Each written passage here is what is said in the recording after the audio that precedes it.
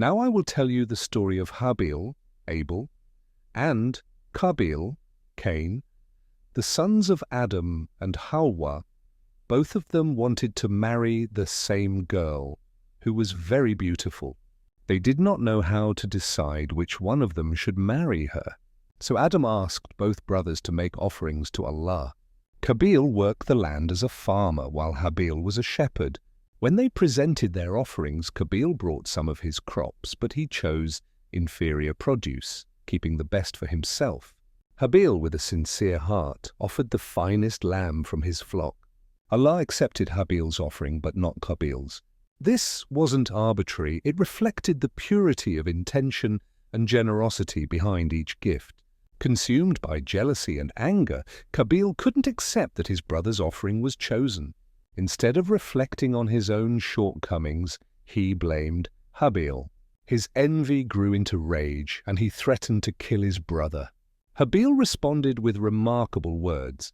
"If you raise your hand to kill me, I will not raise mine to kill you. I fear Allah, the Lord of all worlds." Despite this, Qabeel murdered his brother, committing the first act of murder in human history. Immediately, he was overwhelmed with guilt and confusion about what to do with the body. Allah sent a raven that scratched the earth, showing him how to bury his brother. Qabeel was filled with remorse, crying out, "Woe to me! Am I unable to be like this raven and cover my brother's body?" Timeless lessons on jealousy. Envy is a destructive emotion that blinds us to our own blessings and turns others' success into our torment. Qabeel had his own livelihood and blessings, but he couldn't see them because he was focused on his brother. On sincerity, Allah doesn't just look at our actions, but at the heart behind them.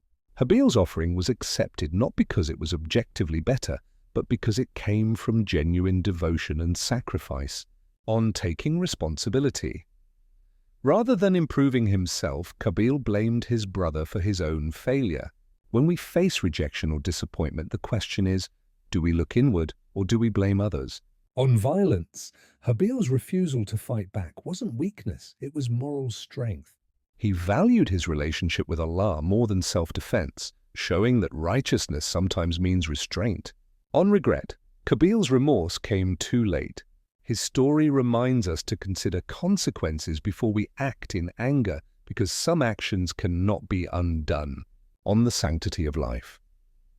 This story established that taking one innocent life is like killing all of humanity, while saving one life is like saving all of humanity.